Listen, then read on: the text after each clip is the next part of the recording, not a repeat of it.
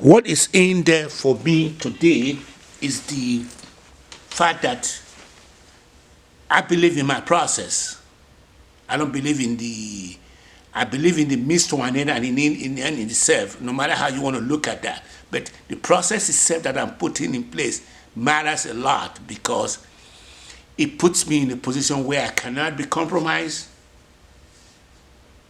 I cannot be ostracized, I cannot be dehumanized. I don't want to be too uncrafty about that. I cannot be. I cannot be. You can't. You can't make me irrelevant.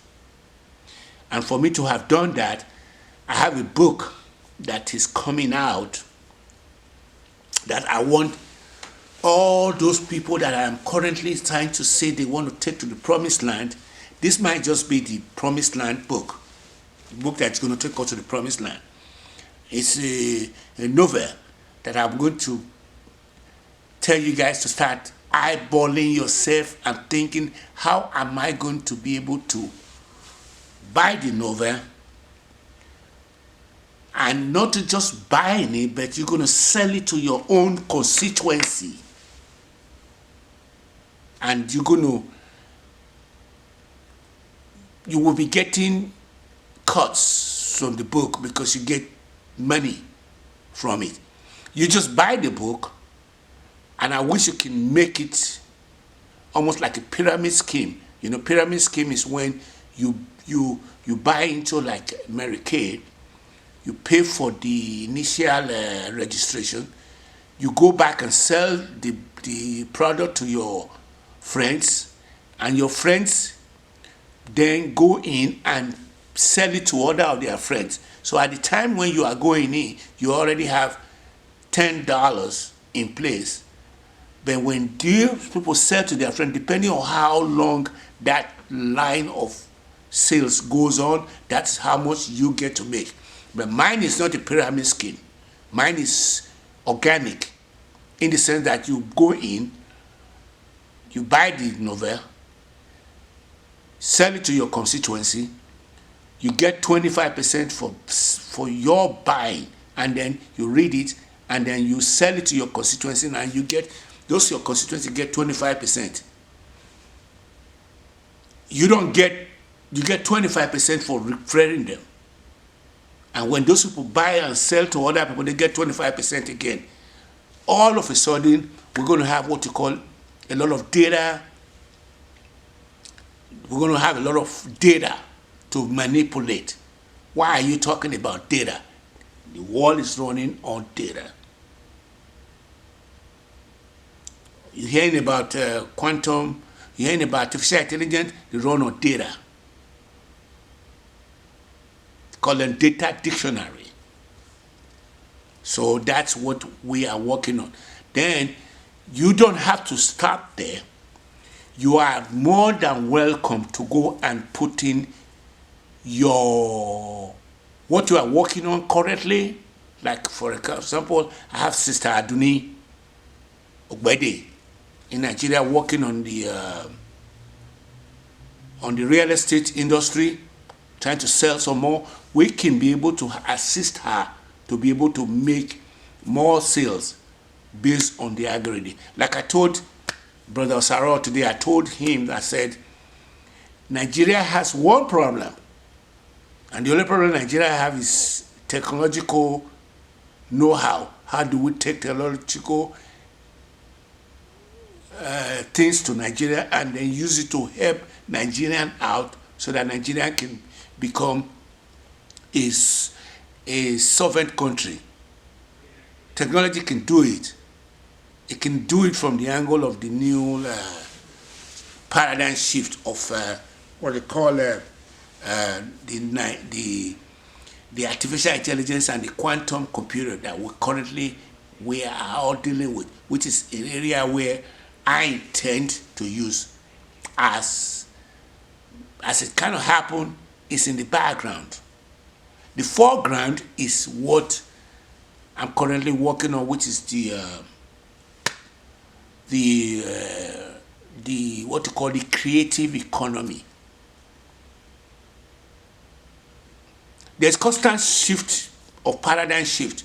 The economy will continue to move from one phase of life to another, but the new phase of life is the creative economy, which is sitting on creative economy is sitting on the former paradigm shift from the television to content provision and content writing, and leveraging it to influencer of those who are already sitting in the pedestal, like the athletes, the entertainer, the politicians, the business mogul, just about anybody who, when they speak, a lot of people listen to them. Those are the influencers. You got to be able to leverage them. But since I don't have an influencer coming on board, and I personally haven't done anything that would make me to become to have what you call the bubbly puppet, that megaphone, as a pastor in a church, as a politician who has a lot of people listening to me, or as somebody who has a wealthy felt, or somebody who has what you call a security detail. Those are four important things I'm saying there. Wealthy felt, security detail, a megaphone in the church, stuff like that. Well, I don't have all that, but I don't want that, because I want to be able to go into the sunset when I'm getting to go into the sunset without saying that I was the system was rigged against me, because I don't believe any system is rigged. All the system in the whole world works. How about that for on the record? The system in the whole world does work. You just have to know when to say when. So today,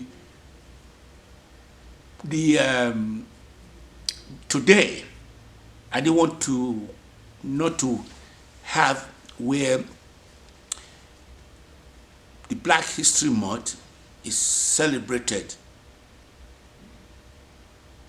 from the angle that for us to be able to reach the promised land, we need to be able to recognize that there was a mistake that was made a long time ago, and the mistake was made from the angle that women were the guard,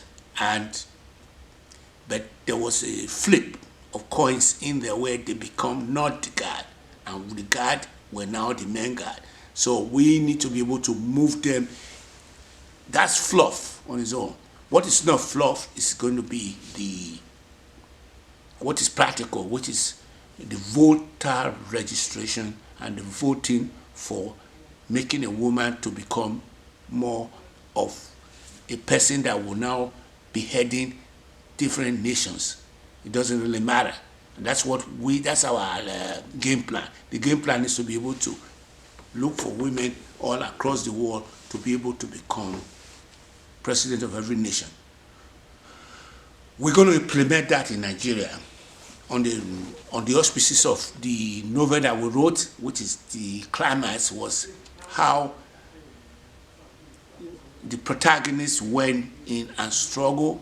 As she was struggling with her shortcomings, finally was able to pull that off and became the president. And it's a make-believe, and we're already eyeballing those people who we think we can bring on board to run for such offices there, because we do believe that the misogynistical world was not something that we created in Africa. It was the fact that some of those people who came in or who had contact with the primary diasporans and break bread with them, came in there, and when they got to Africa, they quickly did something and said, you guys are so smart. You have all these women guard. They threw the women guard under the bus, and they went in, and after they successfully did that, they went in and threw shade of color into the gambit. And then we are now currently dealing with it. There were subsequent people that were thrown under the bus, under the what you call the original sin, whether it's slavery or misogynistic or that. But then they themselves were thrown under the bus, and then as they were thrown under the bus, they themselves did not have a fight back. They bought into one single person who may have been successfully been able to whip the system up, and nobody among us were able to put up a resistance. And that resistance we didn't put in is what got us to the where we're currently at, because we started instituting what we call individual, in the form of whether it's the ancestors, like the gateway to where the modern day warring tribe of fighting between the Christians and the Muslim faith is now the order of the day. Is that thing going to be, can we flip, can we re-engineer that and make it better? I don't think so. I don't think it's going to happen.